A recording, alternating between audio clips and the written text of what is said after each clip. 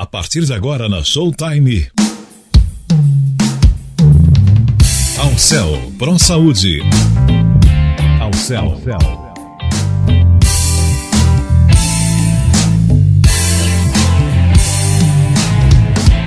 Alcel Pro Saúde. Está começando mais um programa Alcel Pro Saúde, a serviço da vida e da saúde. E hoje eu passei para visitar uma grande clínica, numa região de Atibaia, e fiquei encantada com o que vi e a possibilidade de conhecer uma pessoa fantástica, que é o Dr. Sabino Ferreira de Farias Neto. Ele é formado desde 1976 pela Faculdade de Medicina da Universidade de São Paulo.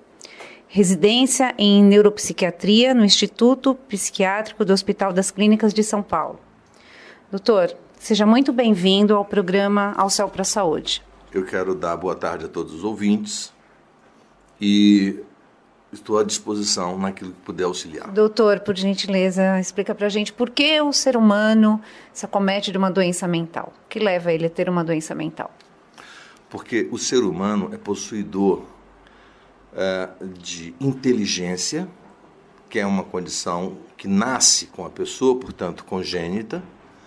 O ser humano tem expectativas e, em função disto, diferentemente dos outros animais, você não vai ver animais aéreos, um passarinho ou um urubu doente mental.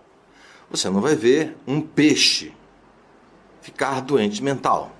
Você não vai ver um cavalo ficar com doença mental, porque nenhum deles possui inteligência.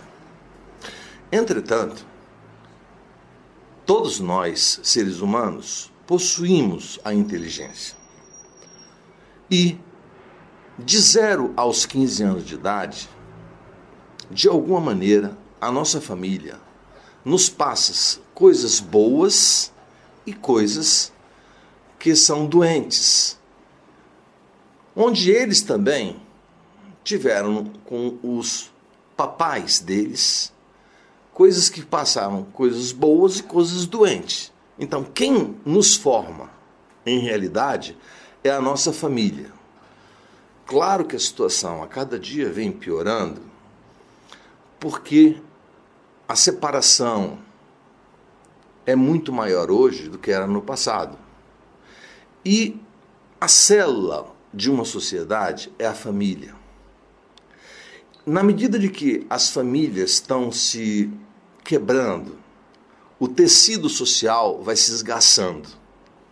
E ao se esgaçar, permeia muito mais a facilidade do aumento da doença mental e também de outras consequências que são as dependências químicas de substâncias como maconha, cocaína, crack e, sobretudo, o álcool, que, no meu entender, é a pior das dependências, uma vez que ela é lícita. E, por ser lícita, você vai na padaria, você encontra, você vai numa festa, você serve-se como uma coisa natural. Ainda não estão servindo de bandeja crack e ainda não estão servindo cocaína. Entretanto, o álcool, pela licitude que tem, termina levando aproximadamente 15% da população, não brasileira, mundial, a uma dependência. Esse não é um problema só do Brasil, é do mundo. Por dados oficiais, 80% dos crimes e dos homicídios estão relacionados ao alcoolismo. Vejam, portanto, que o alcoolismo é uma situação de extrema gravidade e que não é o Brasil que sofre dessa problemática. Os Estados Unidos sofrem, a Rússia sofre, qualquer país no mundo sofre muito com a questão do alcoolismo. A partir disso, vamos entender que se a doença é instalada de 0 aos 15 anos, é porque os nossos papais, bem intencionadamente, estão nos informando coisas positivas e coisas doentes.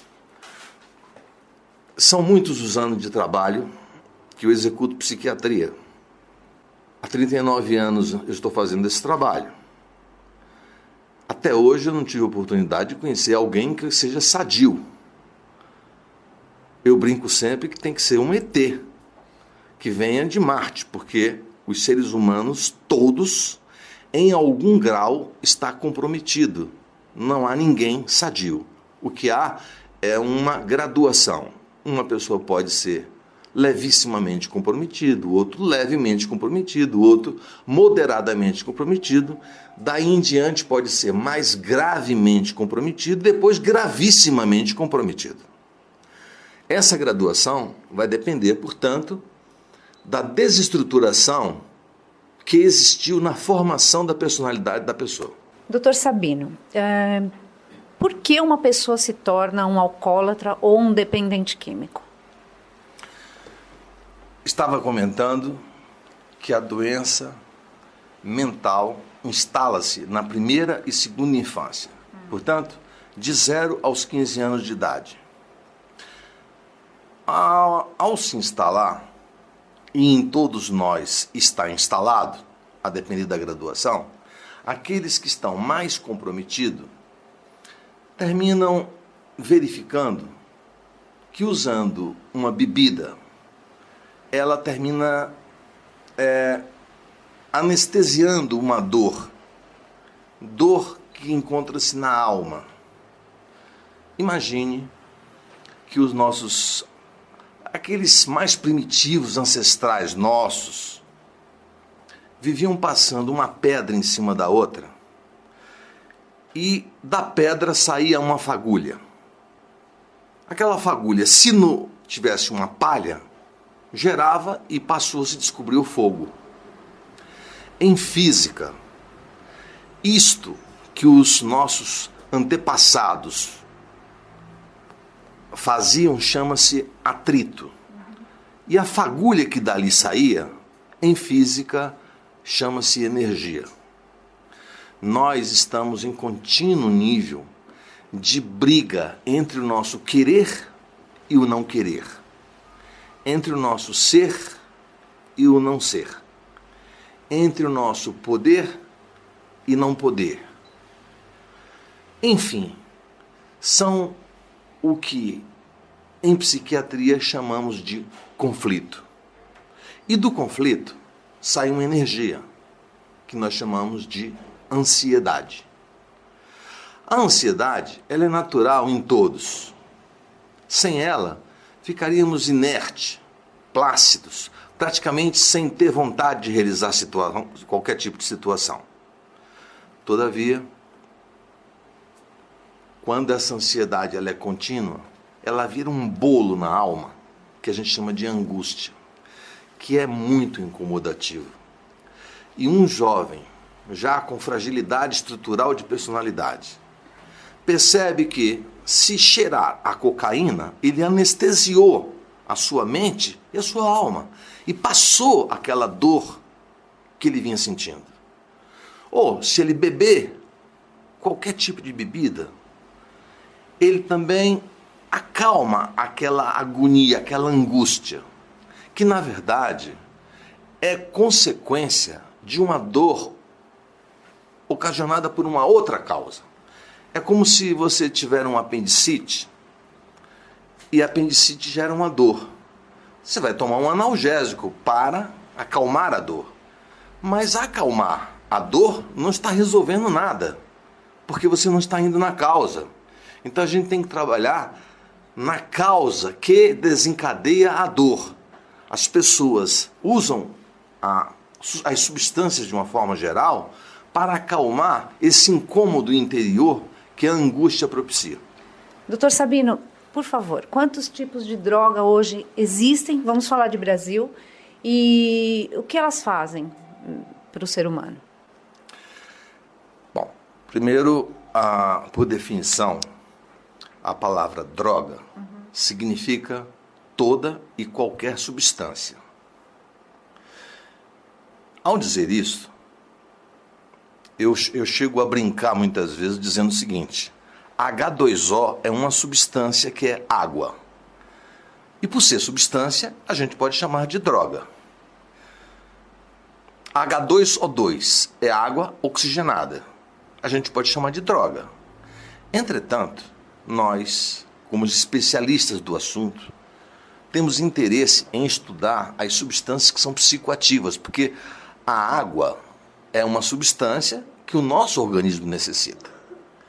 Mas as drogas psicoativas são divididas em drogas depressoras do sistema nervoso central. Normalmente essas drogas são os tranquilizantes, são os analgésicos. Depois tem drogas psicoestimulantes do sistema nervoso central. Exemplo, cocaína, crack, são drogas que são, portanto, estimulantes do sistema nervoso central. E existem drogas que são alucinógenas do sistema nervoso central. Quais são elas? Olha, tanta gente fica defendendo maconha e não tem a mínima noção que a maconha é um potente alucinógeno. Eu conheço pessoas que chegam a defender o uso da maconha.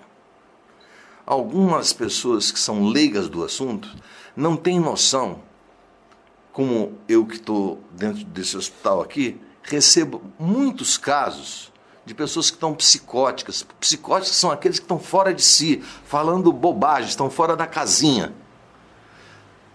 Porque usaram uma quantidade expressiva de maconha.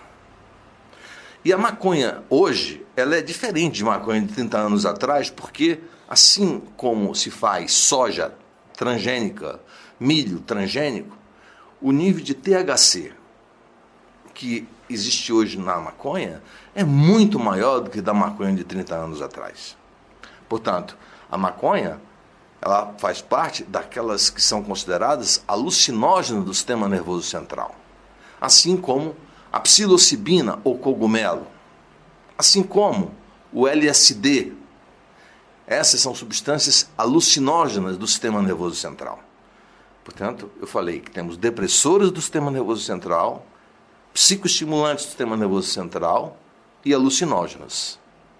Cada uma dessas substâncias vai agir, portanto, no sistema nervoso central de acordo com a característica que ela possui.